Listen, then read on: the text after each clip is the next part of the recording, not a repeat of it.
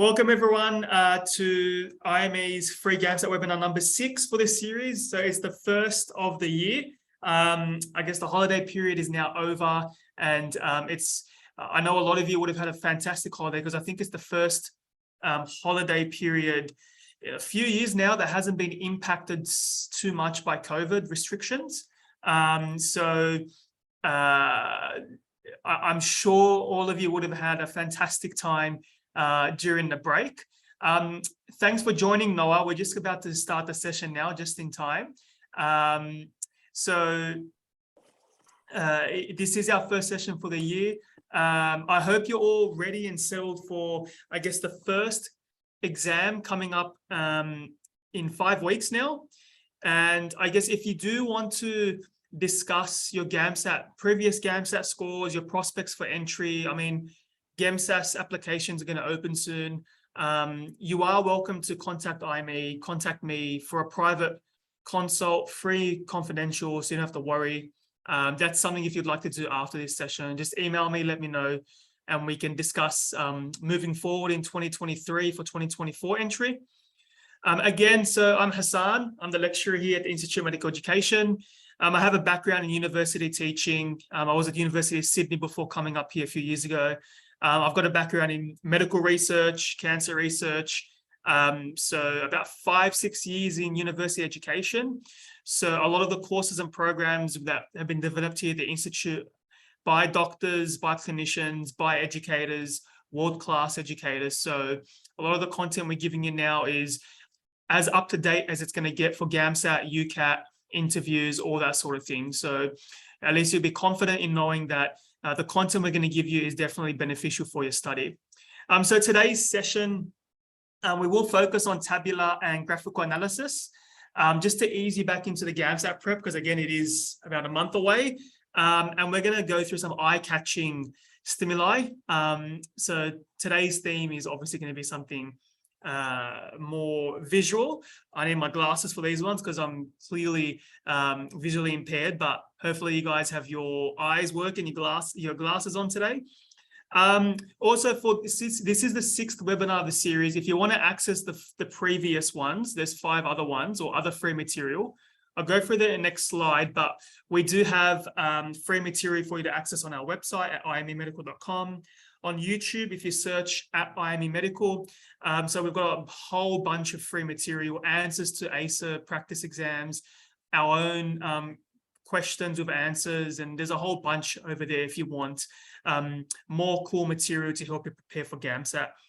I will send you a link to this recording as well at the end of the, I think by next week, you'll get a link to this and you'll get access to it.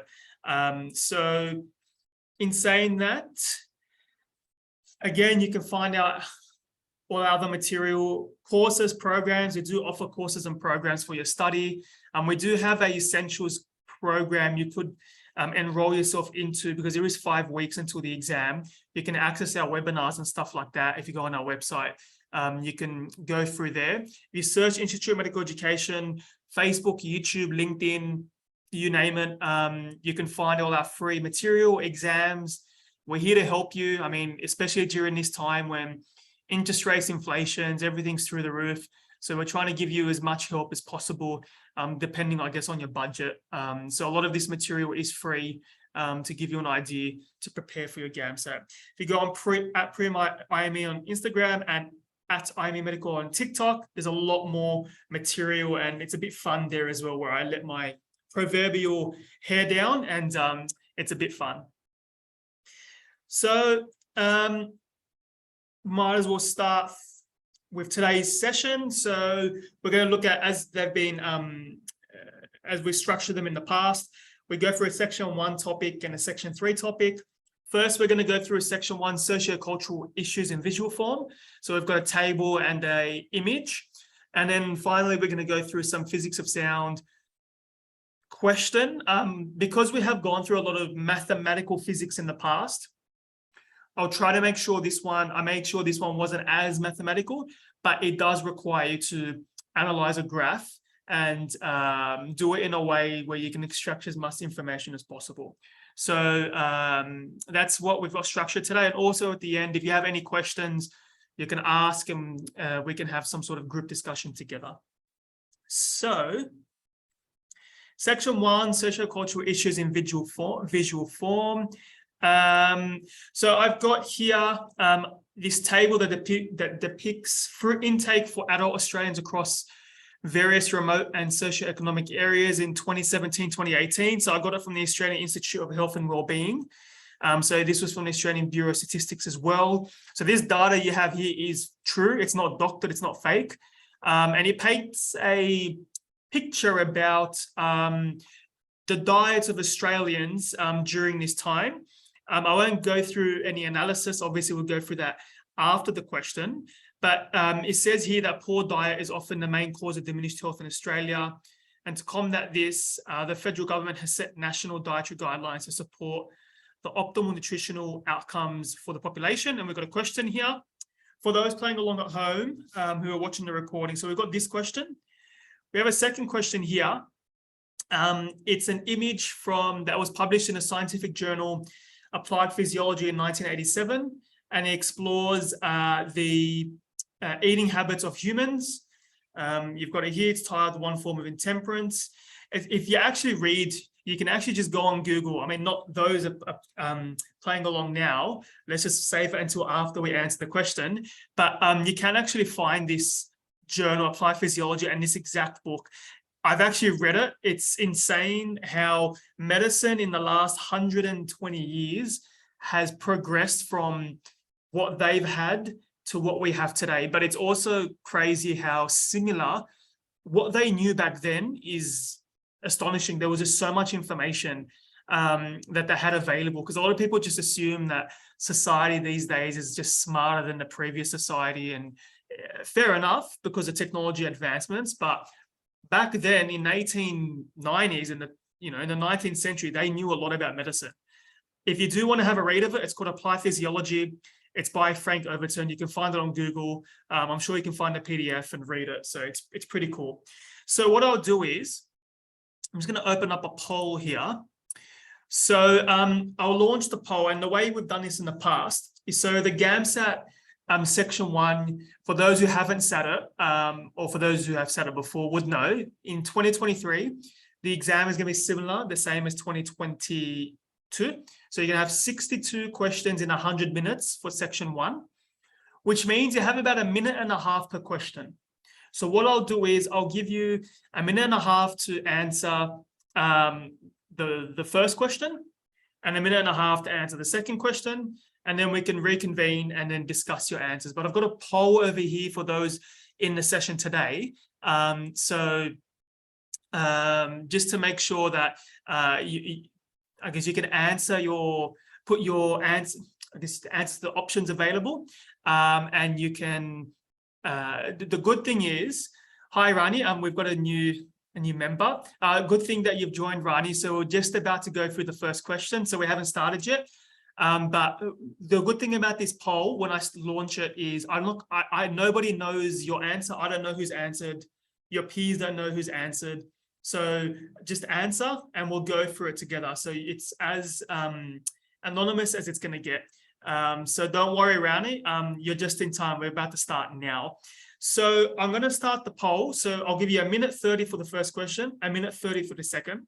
For those playing along today, please, I mean, you can cheat. I don't care.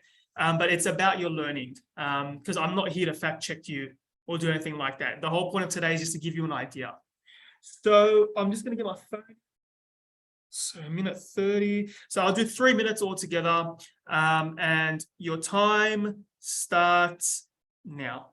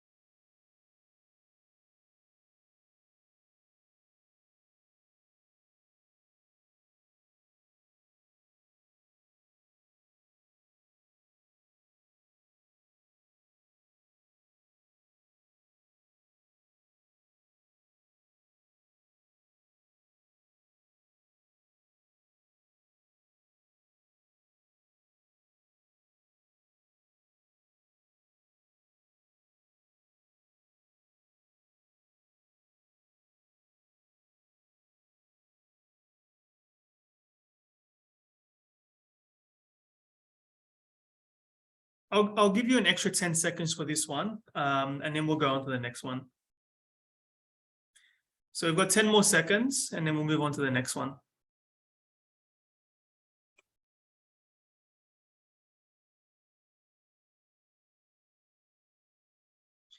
Okay, so we've got 1:30 for this one.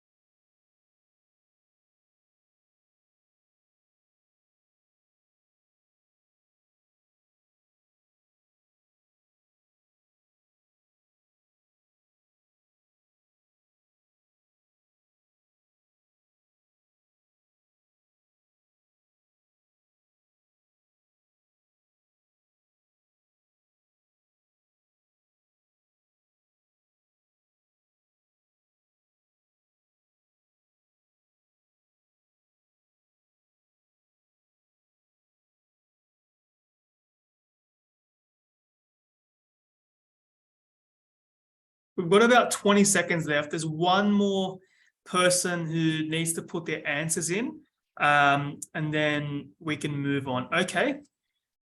Sweet. Okay, so we might stop there for those playing along at home or the recording. You can stop now. It's been about 3 minutes. Okay, cool. So I'll go back to the first question. And I love, actually, I'll end the poll here. So I love the fact that we have a nice mix of options for the first question. And I like the fact that we have a nice mix because it means we can have an open discussion. Now, before I start, would anybody like to just walk me through this table? Would anybody like to jump in and just tell me what they'd like to make note about this table? Is there anything else, anything you'd like to point out? You can jump in if you like.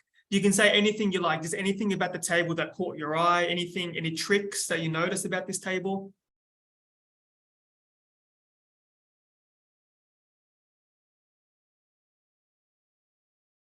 Sorry, my video is not on. There we go. So I think with this table, the first thing we should do whenever you're analyzing any table is just notice the legend, figure legend, because just try to understand first, what are you looking at? And second, because the figure legend is telling us it's a table that depicts fruit intake for Australians across various remote and socioeconomic areas. And it's telling us about inadequate fruit intake. That's probably the first important piece of information we need to take on here. So it's telling us inadequate fruit intake.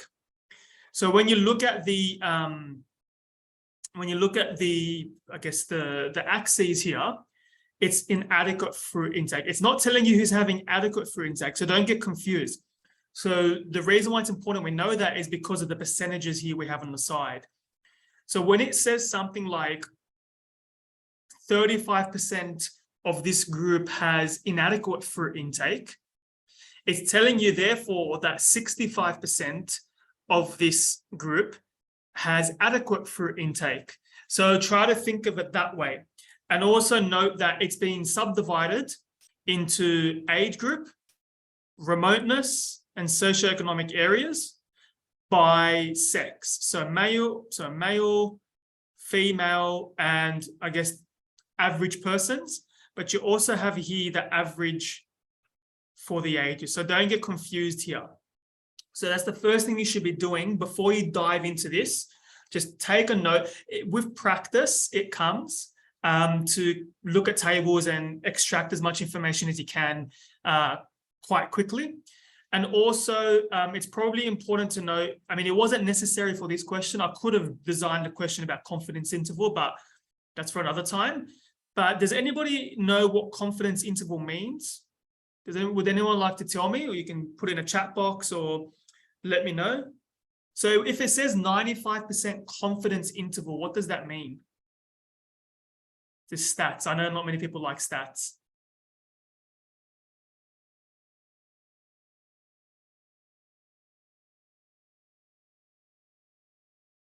So you never know, it might be something that comes up in the GAMSAT. They might give you a table with confidence interval. I mean, I don't know, I doubt it, but I'm not ASA.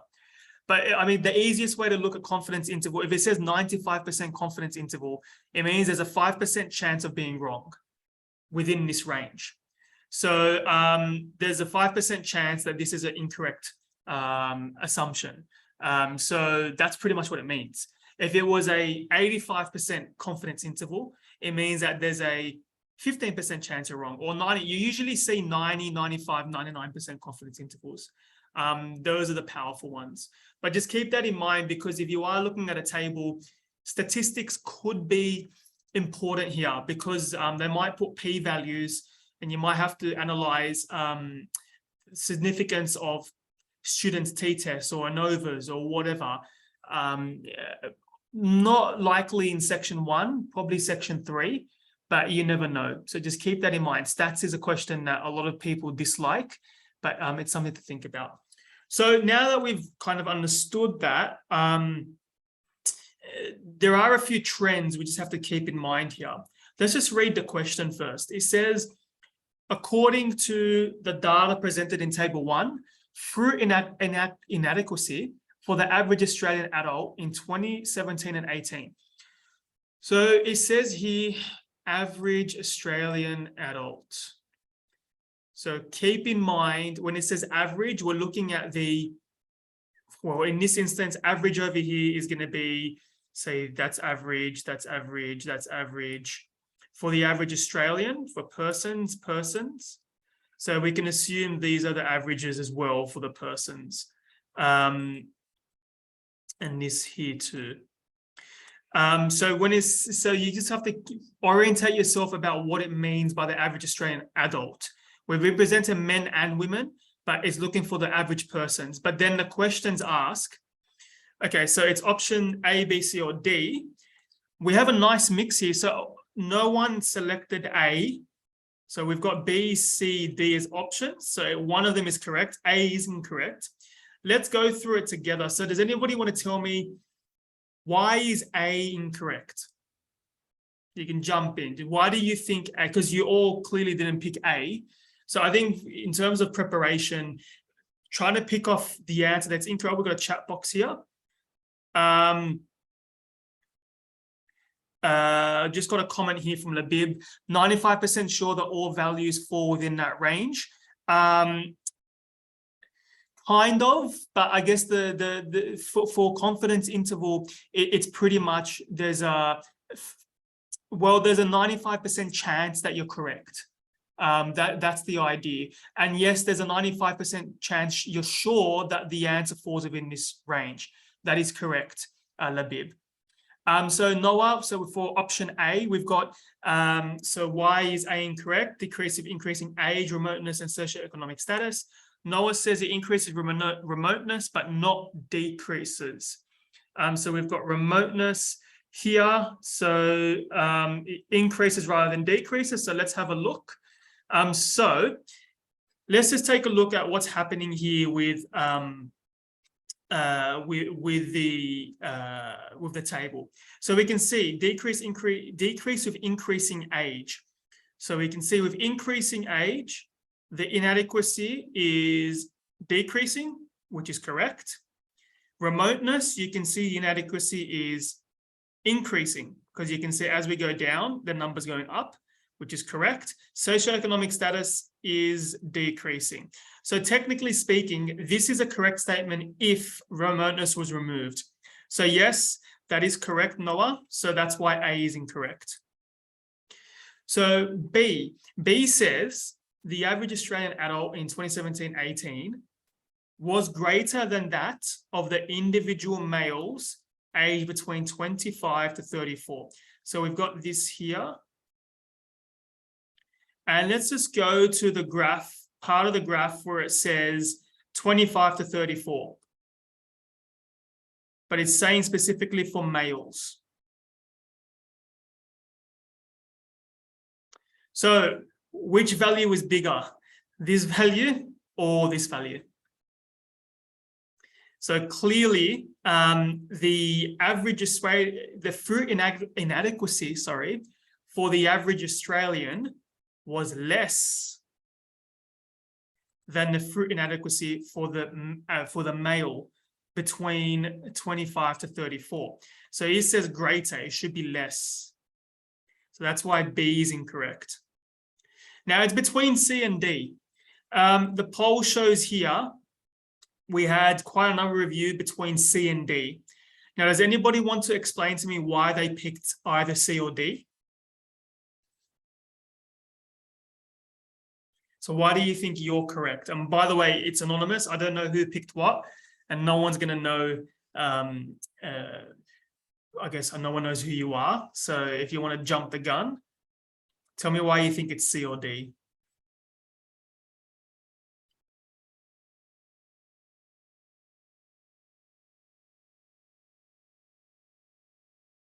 All right, I'll go 5 more seconds. And okay, so let's have a look. So it says, let's look at, so Rani says for C, there is no consistent pattern, so we can't say it remained high. Okay, so no consistent pattern, we can't say it remained high. So if we take a look at the pattern here, if I just get rid of all these scribbles. So if we take a look, young men and women. So let's just consider young men and women. I know I'm going to do my best not to be ageist here, but let's just consider young people between, say, here and here, because technically when you're getting up to 55 to 64, you're more of a senior. And then when you go down here, it's becoming, I guess, geriatric at this point, or just an elderly senior. But if we take a look here, it says remained high, so inadequacy. So we've got high inadequacy, it's 50s, 50s, 50s, 50s. But then you see when it goes down to, say, the senior citizens, can you notice how we can actually split it into two? So we've got here in the 50s, so more than half of the population, pretty much from 18 to 54, have inadequate fruit supply, or sorry, inadequate fruit consumption. Whereas you see when you go into the senior population, less than half have inadequate fruit consumption, which means that the older generation is actually having a greater amount of fruit for their age range.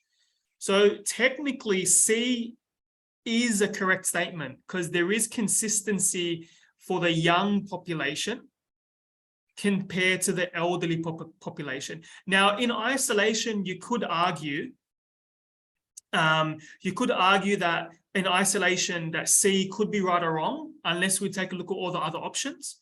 But let's just put a tick next to C for a second, because yes, there is actually a consistent pattern if you categorize each option. Now, but thanks for the input, Rani. I know in a minute and a half, it can be such a pain to try to look for patterns.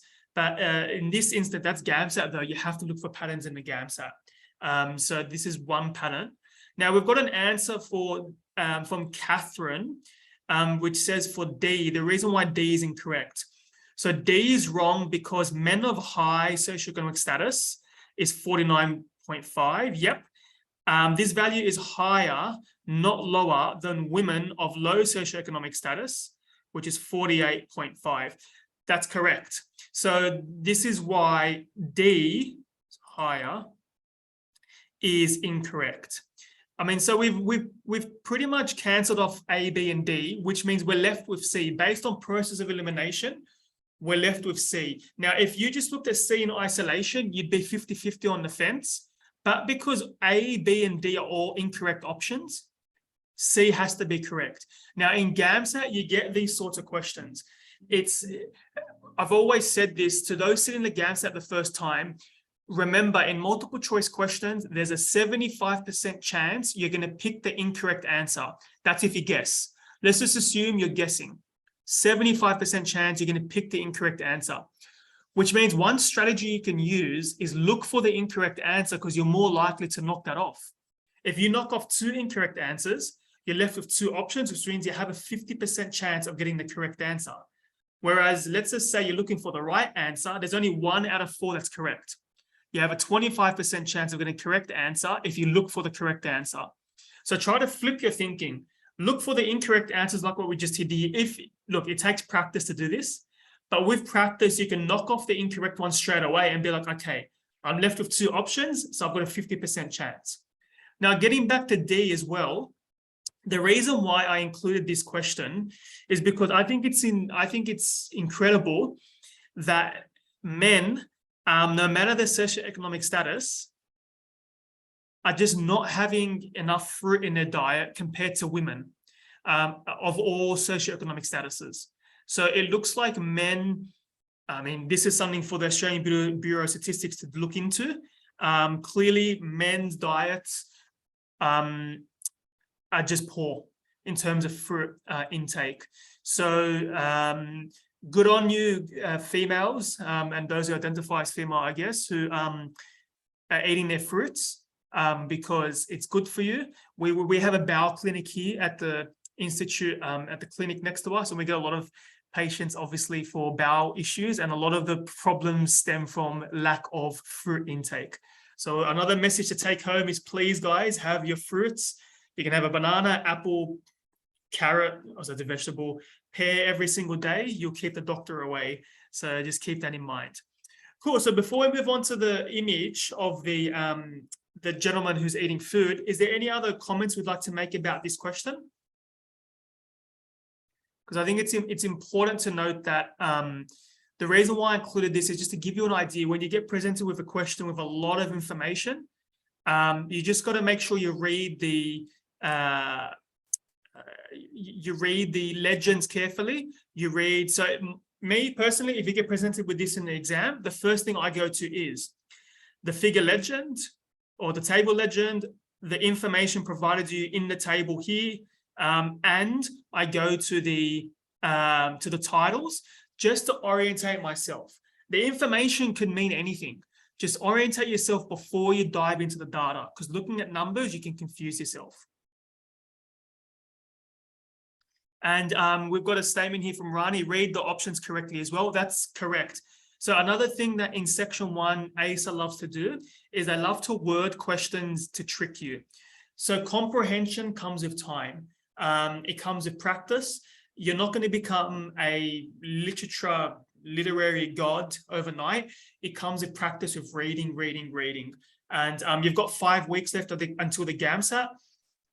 If you want to improve your statistical analysis, tabular analysis, I mean, most of your university students, you have access to the university library. Just download a whole bunch of research articles and just read them. Read them and see how the data is presented, because if you get familiar with how data is presented, it might benefit you to the GAMSAT based on the questions they might ask you. That's just one option you can do. So reading a lot of scientific literature can help you analyze data quicker. So this is another tip. So we'll move over to the next one. Now, this question, I put it in here on purpose because when I first saw this image, I was just like, oh, this guy, straight away, I was like, this guy is enjoying his food. You can see he's obviously, I mean, again, what we said earlier, the context of this image, it was in 1897. The class divide in 1897 was a lot larger than it is today, especially in Australia, because in Australia now, most people are middle class or upper middle class. I mean, generally speaking, the average Australian is middle class, but back in the days, the average Australian was definitely not middle class. But you can just, before I actually analyze this, how about you tell me, what do you think about this image? What do you see here? Like, what can you see? Does anybody want to tell me what they see here? What's the things that just stick out from this image?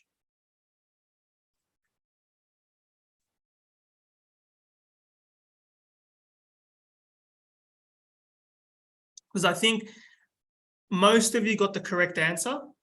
So I'm sure there's a reason why you'd go for the answer. So look, the answer is, for those playing along at home, the answer is glutton.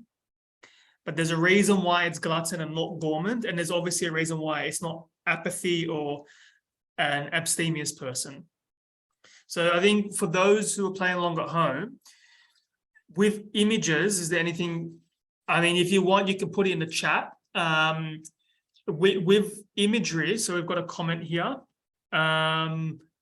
So we've got Catherine here saying it's a very confronting image of somebody eating many meals, but also already cutting his next bite. Makes me think it's glutton. Gourmand is when you have too much too often. That's a very good assessment, Catherine. So a gourmand. So before I dive into that, actually, the reason why I put this question here is because in the GAMSAT, you're gonna get a question with words that are very, very, very similar in meaning, but have a subtle difference. Glutton and gourmand is a very perfect example of that. Now, a glutton is, which you've pointed out correctly, it's a very greedy eater. A glutton is somebody who pretty much, they're ravenous, you know? Whereas a gourmand, yes, a gourmand is somebody who eats a lot, but a gourmand is somebody who actually enjoys eating food. It's like a connoisseur of good food or gourmet. You can see that, I mean, because a glutton is ravenous, a gourmand is someone who takes pleasure, I guess, and interest in the food they eat or drink. Yes, it is somebody who eats a lot, but it's somebody who doesn't do it because they're a quote unquote a pig, right? So you were correct there, Catherine. So that's the big difference between glutton and gourmand. And I think the biggest, can anybody tell me, I think there's one piece of information here, one little image, something in the image that gives it away straight away that he's a glutton and not a gourmand. Can anyone pick it out straight away? It's kind of like playing Where's Wally or Where's Waldo. There's one little thing that I saw straight away. I'm like, this guy's a glutton. And I think a lot of you guys answer glutton because it's subconscious. You subconsciously pick glutton because of his body language. What is it about his body language that suggests he's a glutton?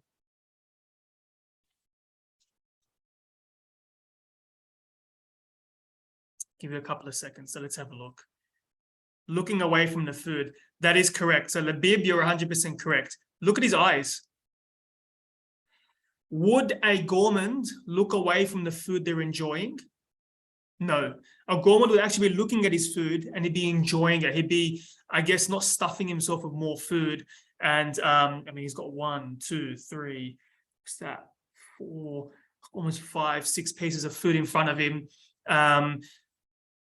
And the big, I guess the big thing is his eyes. That kind of gives it away. They're looking away from the dinner table as if they're just like looking at their next meal. Now, again, the reason why I included this is for definitions. Does anybody know, I mean, you can go on Google, but what an apathetic person is? What does apathy mean? Can anyone tell me what apathy means? So we've got a comment here from Labib, uncaring. Yeah, so an apathetic person is definitely someone who doesn't show any interest or enthusiasm. So that's correct. Now, contrast that with an abstemious person. Does anybody know what an abstemious person is? Now, this one's a tricky one. I mean, you can probably go on Google for this one because not many people know what abstemious means. It is, but again, it's these 1%ers that you have to do in the GAMSAT to get the marks. A lot of people say GAMSAT section 1 is impossible to study for, but if you know the definitions, it's not impossible. So I know it's obviously wishful thinking, but so abstemious just means it's a person who indulges, but very moderately in something. So they're indulging, but not all the time. So does this look like someone who's abstemious?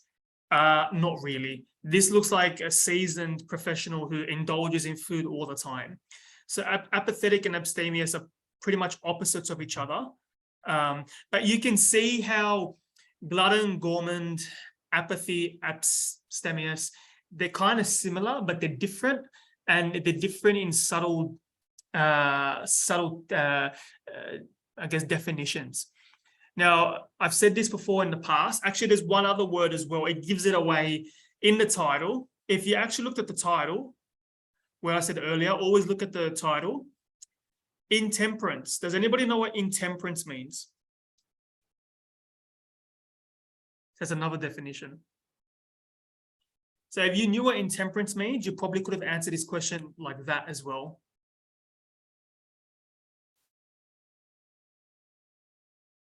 5 more seconds. I mean, you can probably just go to like the dictionary or something, but you don't have that afforded to you in the GAMSAT. So intemperance is the lack of restraint and excessive indulgence. So obviously someone who's intemperate, an intemperate eater would probably be a glutton. So if you were somebody writing an essay or writing something like a novel and trying to be grand, you'd be, you wouldn't just say, look at that pig over there.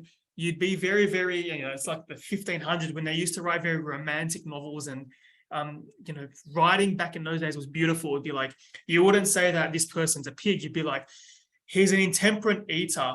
He's gluttonous. His stomach has no bounds for gluttony. And, you can be very romantic in the way you talk, which I think is beautiful, obviously, in English language. But the only way you can do that is if you improve your vocabulary. And one tip I always give students to improve your vocab is every time you come across a word you don't understand, have an Excel spreadsheet or some sort of document, write down the definition, and look for words, because you can go on Google, type in, say, glutton, thesaurus, Gorman thesaurus, and it'll give you all these definitions that are similar. And then type them up, have a document where you've got 5 words that can mean the same thing, but they've got all subtle differences. Write the definitions, use them in a sentence. After a period of time, you're going to have hundreds and hundreds and hundreds of words. It's your own, directory, encyclopedia. And that's another way you can improve your Section 1 GAMSAT, is by developing this encyclopedia of your own with definitions of words. And not just for Section 1, but for Section 2, because in Section 2, when you're writing an essay, obviously you have to show critical analysis, but you've got to write it in an academic way. You can't write it conversationally. It's got to be academic. And the easiest way to be academic is to use academic words. And when I say academic words, I mean using words that you would see published in like a press release for a specific drug, or a media release by the UN, right? You're going to be using proper words. You're not going to be using slang. So that's another way to help improve your Section 2. Now, before we move on to our Section 3 question or stimulus, does anybody have any questions? Any other tips you'd like to give each other about, improving your Section 1 image analysis or your sociocultural issues in visual form?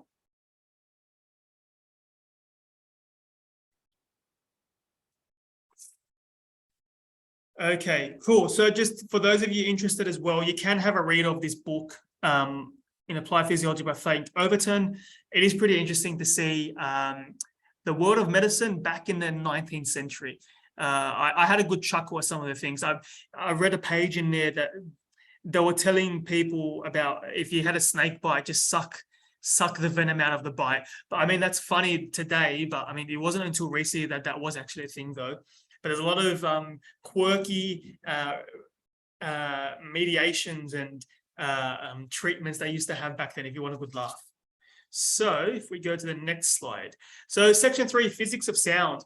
Now in the past, we have had a lot of physics content with heavy math, but today's physics question, I didn't want to bombard you with the maths. It was more a visual image just to give you an idea of how to analyze a figure with multiple variables, let's put it that way. So this image over here, so this stimuli, this says humans can detect sounds in frequency range between 20 hertz to 20,000 hertz. However, there is a considerable variation between individuals, and a gradual loss of hearing with age is common. There are generally 2 types of hearing loss, high frequency and low frequency hearing loss. A basic measure of hearing in humans is provided by an audiogram. Some of you might have used an audiogram before to test your hearing. So you get a graph of the minimum discernible sound level at various frequencies throughout their nominal hearing range. The test demonstrates how loud sounds need to be at different frequencies for the participants to hear them at the lowest intensity a participant can hear is recorded. The figure below shows results from 4 human subjects, A to D, following assessment. So let's just assume this is for one ear, but we can assume that the same result is for the other ear. I mean, this isn't an actual audiogram exam. Obviously, an audiogram test, both ears might have a different reading, but let's just assume both the left and right ear have the same reading. So let's just say this is just for the right ear or something. So it's an audiogram measuring the discernible sound levels at various frequencies in the right ear of 4 human participants, A, B, C, and D. So before I move on to show you the questions, I think frequency of sound is a big one. I mean, GAMSAT loves obviously to test you with not just frequency of sound, but waves, sound waves, or light waves. They're very popular topics in the GAMSAT. So refraction, deflection, reflection, rarefaction. These are all the sorts of things. Snell's law. If you're practicing your physics, these are the sorts of things you should be looking into. And then obviously testing yourself with the geometry of the displacement of the wave or the image or the EMF or whatever it is. So what we have here is 3 questions. Now in section 2 of the GAMSAT, section 3, sorry, you get 75 questions in 150 minutes. So it's about 2 minutes per question. I'll give you 6 minutes to answer these questions, and then we'll reconvene and see how you go. So just before I do that, actually, just assume for question 3, assume the decibel hearing for C is about halfway at this pitch. It's about halfway, and for this pitch, it's about 1/5 of the way. So just assume it's about halfway here, because I just noticed it might make a difference to your answer. Let's just assume it's halfway or 1/5. So I'll give you 6 minutes starting. Oh, actually, I'll get the poll ready. So 6 minutes starting now.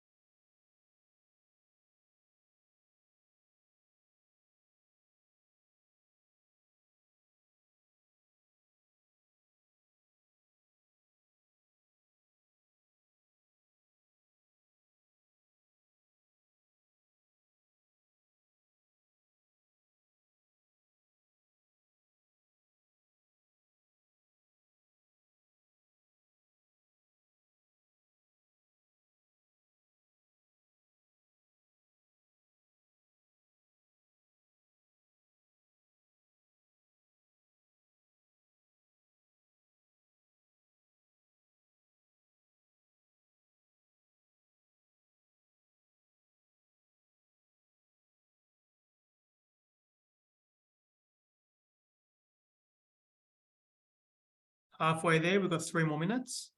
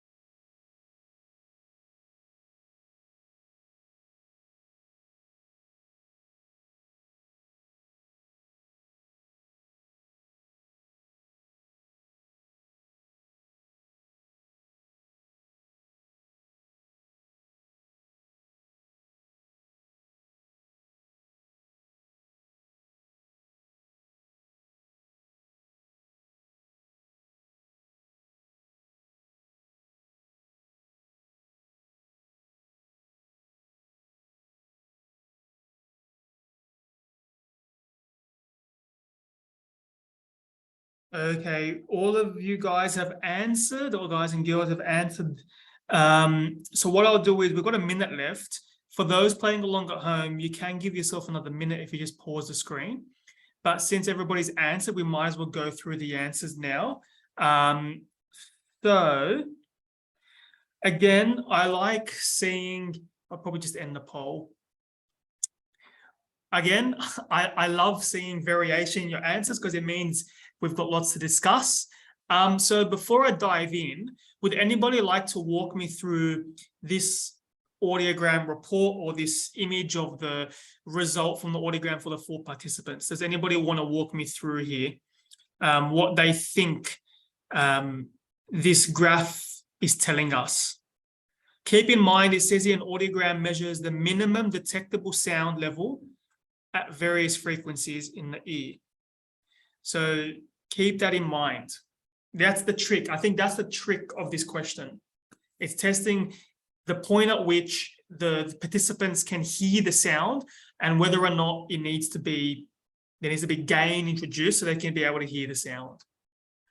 And this is why they say in the GAMSAT, if you know what an audiogram is before sitting the exam and you know how it works, you could have blitzed through this question. So obviously past experience helps. Anybody want to walk through it, or should I just get the ball rolling at the beginning? Oh, my video is off. Might turn that on.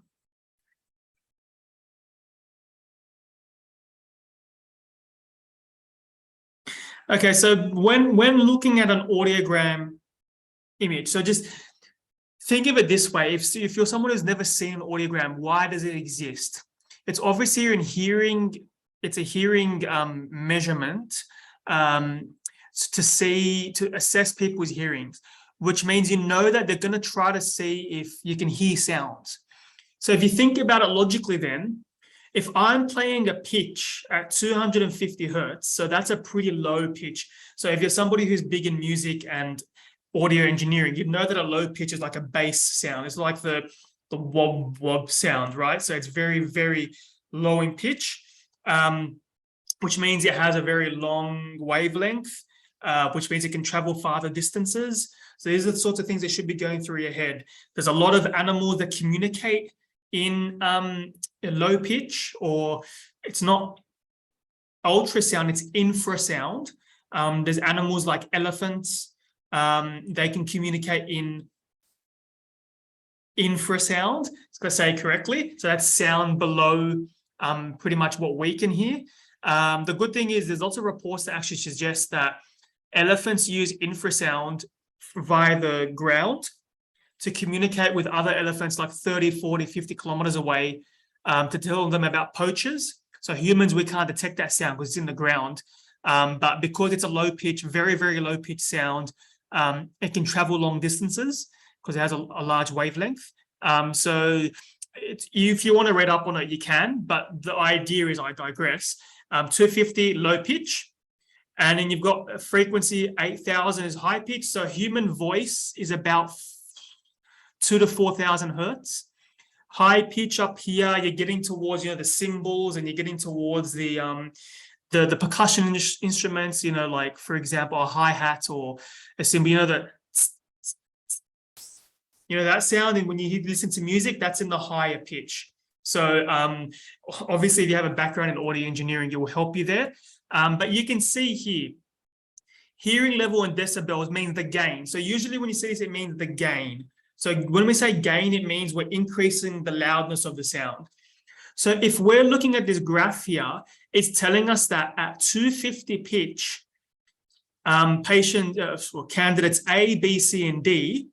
So candidate A required very, very, very minimal gain in sound to hear, so it's a detectable sound, to hear the noise at this pitch, which means that, and you can see here it's quite throughout, it doesn't require much gain, which means that participant A, because they don't require much gain through most of the pitches that they've been tested at, we can assume they have good hearing. Because if they had poor hearing, as we can see the opposite, they'd require an increase in the gain so they can hear the noise that's being played in the audiogram so they can hear it. So D over here, on the other hand, requires a lot, which we're going to go through in question 3, but not for D, but for C. But you can see here that it requires a lot of gain to amplify the sound so they can be able to hear it. And you can see that for D, it's across all the frequencies. So technically speaking, D is, I'd say, pretty deaf. I think I wrote it down here. What is for human hearing, what's a normal? I think if you need a gain of more than, 60 decibels, I think that's considered medically deaf. I'm just trying to double check if I wrote it down here somewhere.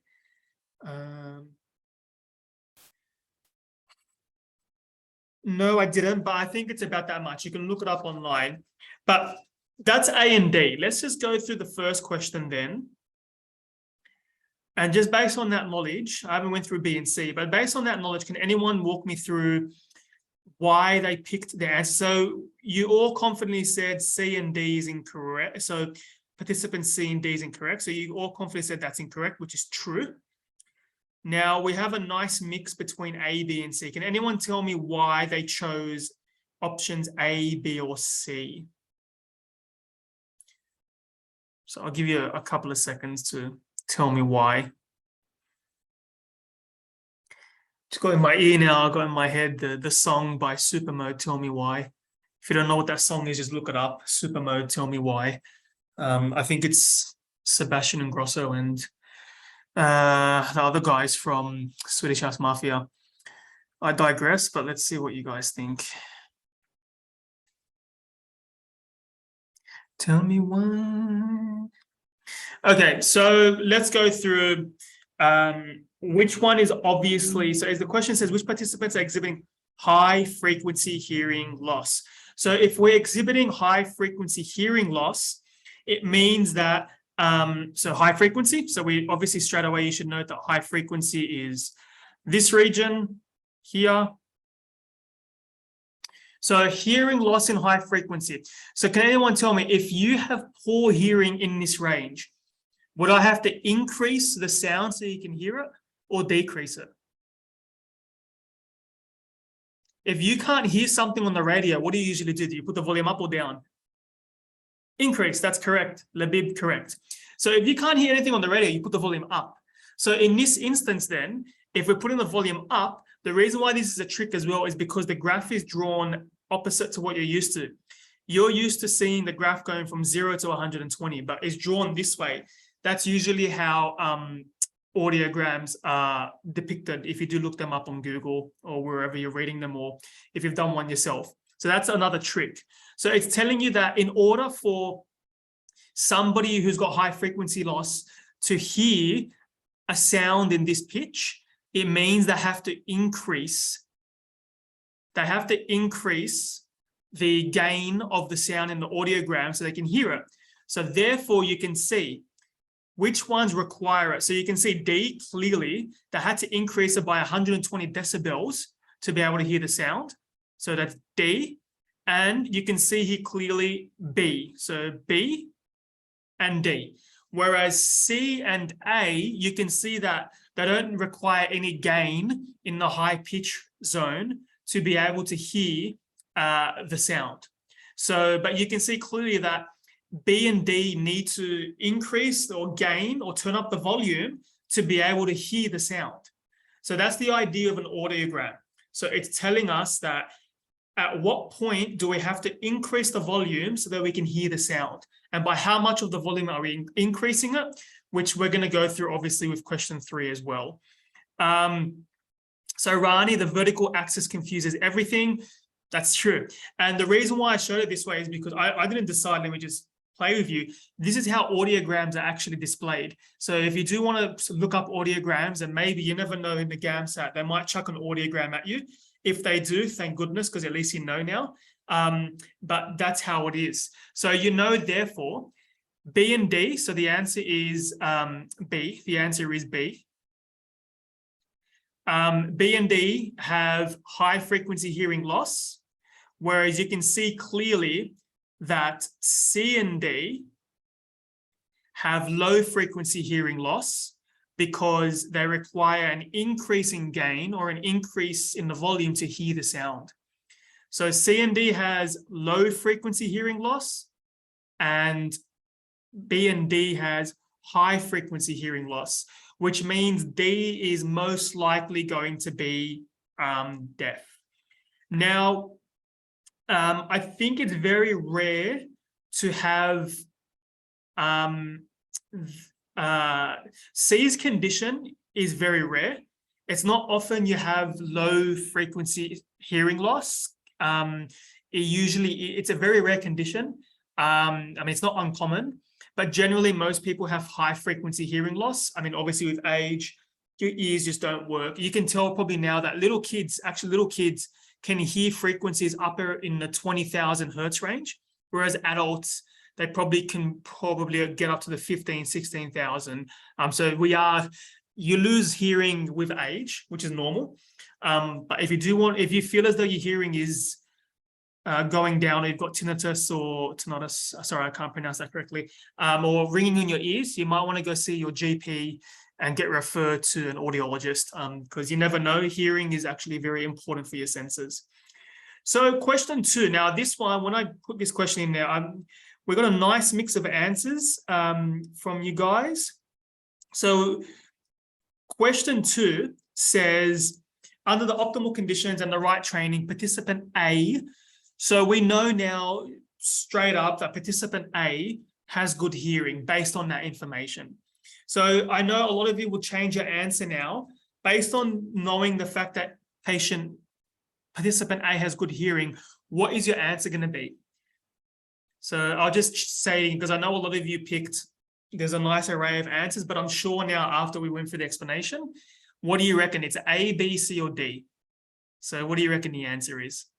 So based on what we just discussed. A.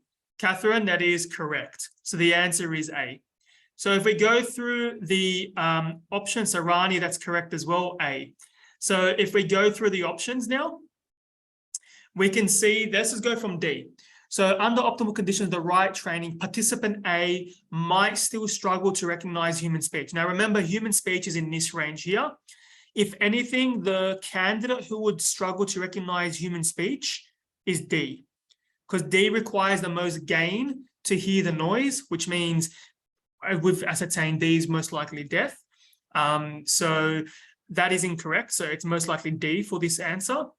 C says may be able to hear nominal infrasound signals. So the trick, what is infra? So So you know what ultrasound is? Ultrasound is pitches higher than 20,000 hertz. So you obviously understand ultrasound is you probably had an ultrasound yourself if you've been pregnant or if you had injuries. The machine that uses high frequency waves to look into you and to, I guess, analyze your muscles and to your tissues. So infrasound is the opposite. It usually pitches below, I think, 200 hertz. I think it's about that much, or 20 hertz. I can't remember, but it's a very, very low frequency. So participant A may be able to hear nominal infrasound signals. Now, C, you might say it could be correct, but the reason why we know it's incorrect because humans really can't discern infrasound signals. Generally, it's animals like, I think I said before, elephants and bats. Is it bats? I can double check quickly, but you can just have a look at animals that detect infrasound. We've got whales, elephants, giraffes, hippopotamus, rhinoceros. So all those animals can detect, those mammals can detect in infrasound. Humans can't. So that's just some trivia for you. I'm assuming the hippos, the rhinos, the elephants, they use the same technique to communicate with other animals over long distances through infrasound, and I can guarantee you to warn from other poachers as well, which I think is pretty cool. You can read up on it. There's lots of papers on analyzing this. It's pretty cool reading how animals are trying to outsmart the poachers using, I guess, science. So C is incorrect. So humans, we really can't detect infrasound. Even babies, it's too low for humans. I mean, the most we can do is probably 250, I'd say, but infrasound is much lower than that. B says, will still require a hearing aid to hear sounds at most frequencies. Now, does it require a hearing aid? Not really. I mean, it doesn't require much to increase the decibel or doesn't require much gain to hear the sound. So technically, they don't need a hearing aid. So that's why B is incorrect.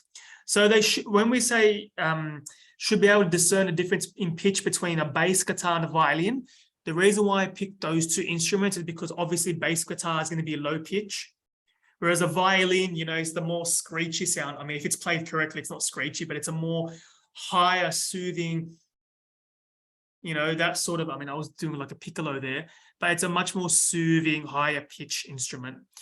So technically, if you hear a bass guitar, most of you, I don't know, obviously, your backgrounds or your what your hearing is like, but generally the average person should be able to discern between the low bass guitar and the high, violin. I totally butchered that, but you get the point.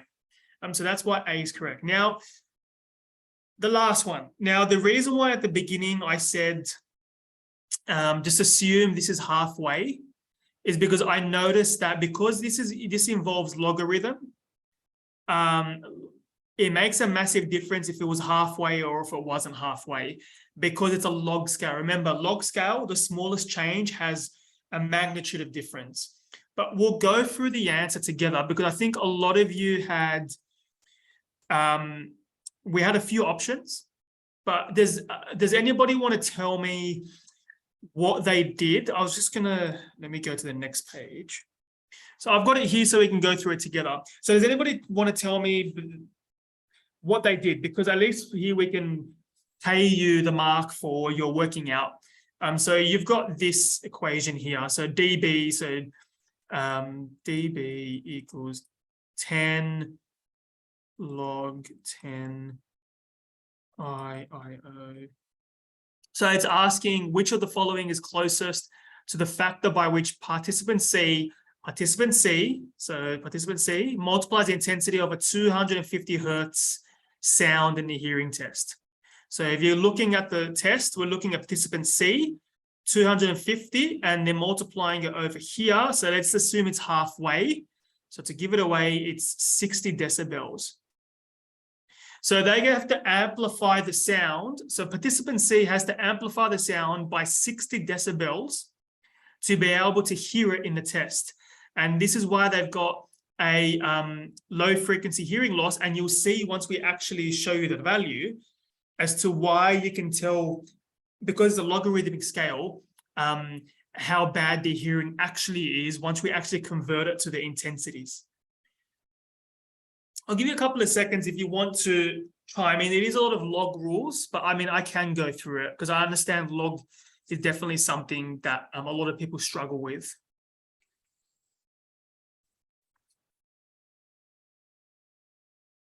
Okay, so before we dive into answering the question, there's a couple of rules that I think this helps me. It will definitely help you guys. So one rule to remember is log to the base 10 equals 1. So when we say log 10 equals 1, because in the GAMSAT you don't have a calculator, you have to know the log equations off by heart. It's as simple as that. And they will give you log questions in the GAMSAT with exponents and all these sorts of things to trick you. Now, the best way to remember it is, if you've got log 10 bracket 10 equals 1, it just means that 10 to the power of 1 equals 10. So 10 to the power of 1 equals 10. That's all it's telling you. So I can probably chuck in now log 2 to the power to 8. What does that equal? Does anybody want to tell me what this equals? So log 2 with 8, what is that going to equal? Remember, if 10 to the power of 1 equals 10, 10 to the power of 3, correct. So Catherine and Labib, that's correct. So 3. So 2 to the power of 3 equals 8. Now, if I throw in a curveball, what if I say log 2 1 over 8? What does that equal? So if 2 to the power of 3 equals 8, 2 to the power of what equals 1 over 8? A third, that's correct. Sorry. No, you're almost there, Catherine. It's got the number 3 in there, but 2 to the power of minus 3. So the reason why it's minus 3 is, think about it. If we've got here 1 over 8 is the same as saying 1 over 2 to the power of 3. So 2 to the power of minus 3 is the same as 1 over 8 because it's the reciprocal. So whenever you've got a fraction in the brackets, it's the reciprocal for the answer here. So 2 to the power of minus 3 is an eighth. So this is something they might chuck to you in the GAMSAT as well. So always be vigilant with the rules. There's another rule that's actually important for this question. I might get my eraser.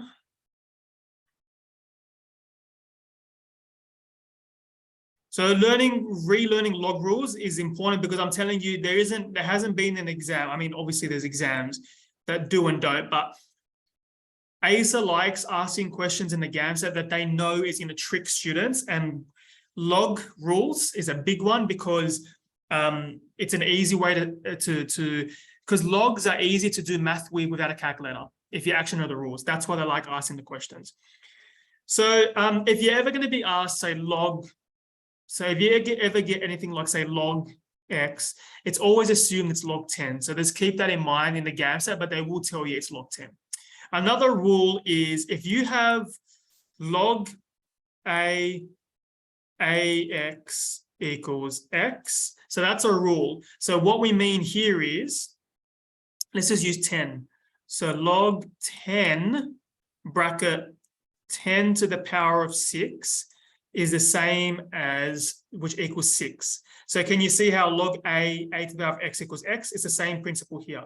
Log 10 to the 6 is 6. So if you had here log 10 x equals 6, you know straight away that this has to be 10 to the power of 6. So it's going to be 1,000,000. So that's what you know. So another rule is so log ax equals x. So if you put to the power, that's what the point is. So if we say 10 to the power of, say, log 10, 7 is the same as 7. So this equals this. Now, these are the sorts of log rules you need to know for the GAMSAT. Now, if you're struggling with calculus and algebra, just go on YouTube literally type in crash course for calculus, algebra, whatever you want. It's there. YouTube, honestly, is your best friend for these sorts of things. I mean, obviously at the Institute here, if you want to enroll in our programs and courses, we can definitely help you in calculus and algebra. But I'm saying for those of you who just want to do it in your spare time, you can just watch a video on YouTube or or wherever. I mean, there's material everywhere. We've got free material as well. It's 2023, there's free material everywhere. Now, with that in mind, if I just clear the screen now, actually, yeah, I'll just clear screen. So remember, we've been told that dB equals 10 log 10 and the intensity over the initial intensity. What we're looking for, so we're looking for this. So it's asking us by how much the intensity is multiplied. So remember we said that halfway point is 60. So we obviously have to increase the sound by 60 decibels to hear it, but because it's a logarithmic scale, how much is the actual intensity? So what we know therefore is dB is equal to 60. So we know 60 equals 10 log 10 I over I0. So remember what we said. I'm sorry, we can bring the 10 across here. So we can divide by 10, divide by 10. So divide by 10, cross that off. So it's going to be 6 equals log 10 I over I0. Now, the reason why I said it's halfway, because if you said it was 50 decibels, this would be 5, not 6. And you get, instead of getting, I guess the answer is 1 million. Instead of getting 1 million, you get 100,000, which means it'd be closer to this number. If you picked 60,000, I'll pay you the mark if you did the correct working out, only because I realize I'm like, does that look like halfway to me? Because some students might think it's not halfway. But if you did it correctly, if you just assumed this was halfway and said, okay, this is going to be 60. I threw you off at the beginning when I said this is 1/5. I did that on purpose just so I could throw you off. But let's say it's 60. So we remember the rules we said before. So if we just do 10 to the power now of 6 equals 10 to the power of log 10 I0. Remember what we said, if it's 10 to the power of this, it's just going to equal this. So we're going to be left with 10 to the power of 6 equals I over I0. So therefore, the multiple is going to be 1 million. 1, 2, 3, 4, 5, 6 equals I over I0. I mean, if you want, you can just then therefore say I equals this I0, if you cross that off. So that's your final answer, but the whole point was just looking at the intensity. So the intensity compared to the initial intensity, or whatever you want to do, is 1 million times. So now we've had to increase the sound by 1 million times to be able to hear it. So that's your answer. It's 1 million. So you can see, because we're using logarithmic scale, that it makes it look like it's not much. It's only saying it's a 60 decibel increase. But when you convert it to the actual intensity, it's 1 million times. This is why you can say that this person has some pretty poor low pitch hearing, because we had to amplify that noise by 1 million times. So that's a lot to think about. So if I actually said it was a 10 to the power of 5, it would be 100,000. 1, 2, 3, 4, 5, which means it would be closer to 60,000. But look, if you said C or D, if you said C, but you had similar working out, consider it, you got it correct. If you guessed C, I guess this is just the correct way to do it. That's all. I mean, I'm sure there's other ways you can look at it and get the answer, but this is how I did it. I'm sure there's other ways. If you have any other ways, you can let us know or put in the comment section when we post it online. Is there any other questions about, because I noticed a few students picked 60. Is that mainly because you probably just didn't realize it was a log question? Is that the reason? Or is there a reason why you picked 60 or 60,000? I mean, the ball is in your court now. Let's see what thoughts you have about this sort of question. This I would consider a common GAMSAT question. When I designed it, I'm like, this is something that ASA would love to ask. They love asking questions like this. If you've never set the GAMSAT before, this is a very GAMSAT-esque question. So is there any other questions about this topic that you'd like to clarify? Because I think we've just finished up with content. I'll just leave it at that then. Any chat? Thank you so much for your time and helpful session as always. Sorry, I have to leave. That's fine, Rani. Thanks for attending. I'll send you more information about the recording after this. So Catherine has a question. What topics would you recommend to study for section 3 and focus on the most? So what I'll do then is I'll probably just go to the next slide since we've finished up. We'll open up to some discussion. Thanks for the question, Catherine. Now for section 3, I think if you haven't sat the GAMSAT before, it's really hard to know until you actually sit the GAMSAT.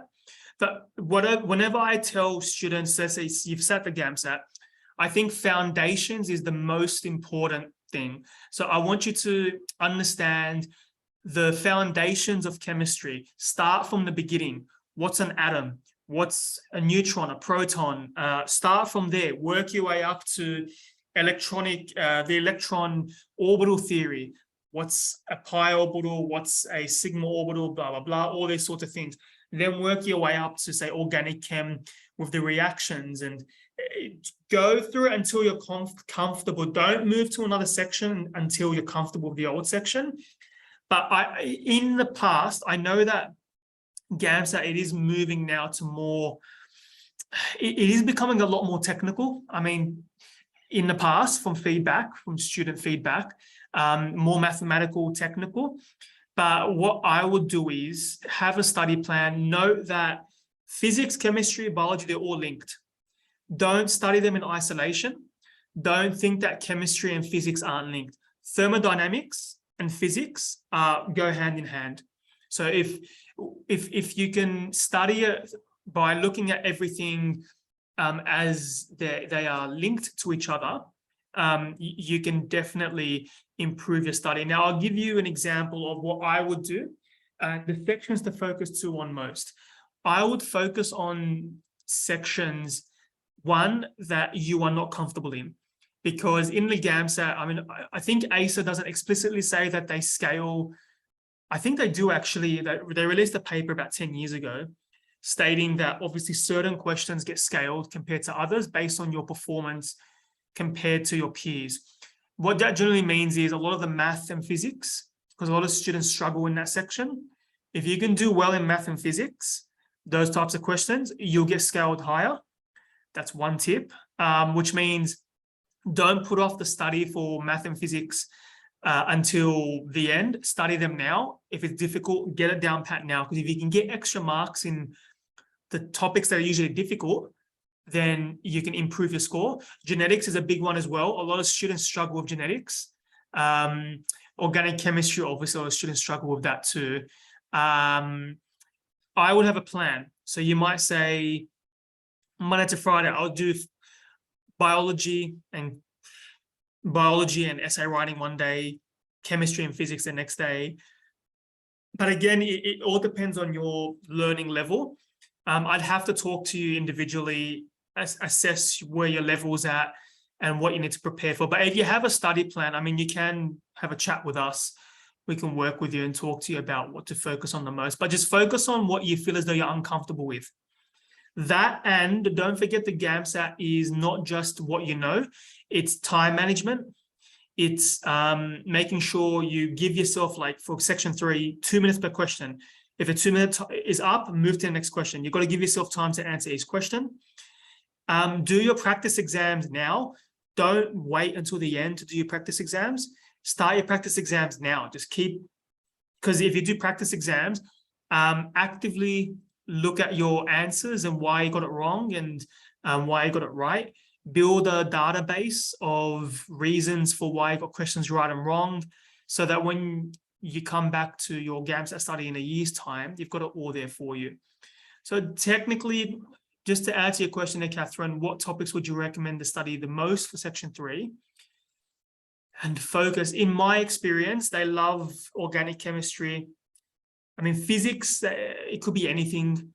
It could be physics of motion. It could be electricity. It could be Archimedes principle. It could be sound waves. It could be pressure, physics, like laminar fluids and fluids, all that sort of stuff. So it's year 12 physics. It's not that insane as it's not aeronautical engineering.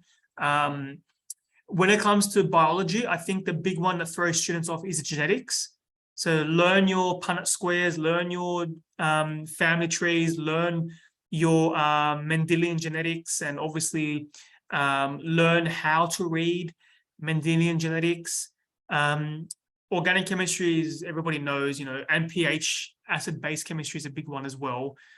Those are the ones that get the ball rolling. So you don't have to know, I'd say, off by heart chemical reactions. They'll give it to you in the stimulus package.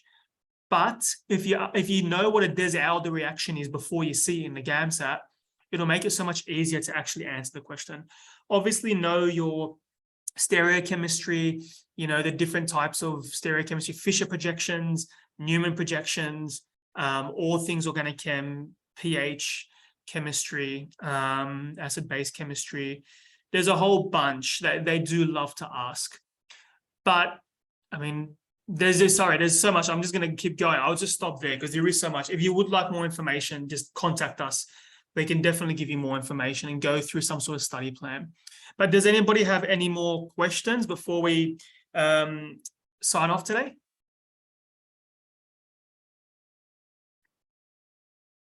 So if you do, you can follow us again on social media. Just look up IME Medical or at IME, or I think this is at @pre_IME and this one's at IME Medical. Follow us on TikTok, Instagram, LinkedIn, Facebook, YouTube. Got everything there for you. And I think that's it for today. We'll leave it at that. Thanks everyone for attending. We'll post this up online very soon, and we'll definitely keep in touch. And our next free webinar is March 9, and I'll be sending you more information about that soon. Thanks for your time. Thanks, everybody, and we'll talk soon. Bye now.